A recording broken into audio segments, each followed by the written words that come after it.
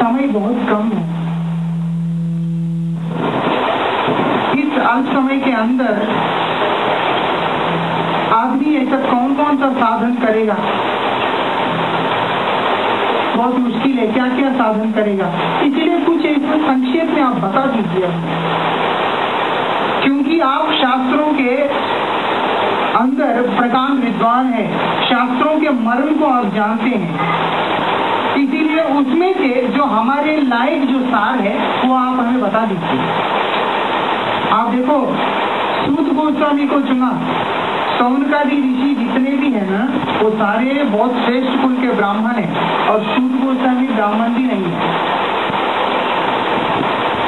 वो निम्न जाति के, लेकिन उनको मूल पे रखा हुआ है और उनके मुख से हरिकथा श्रवण कर रहे हैं बताने के लिए।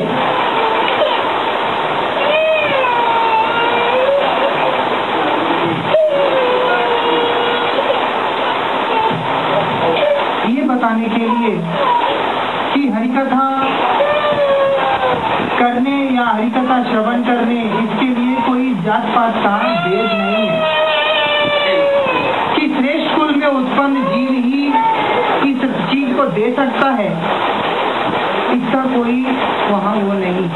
यही चीज को बताने के लिए उन्होंने ये लीला करके दिखाया।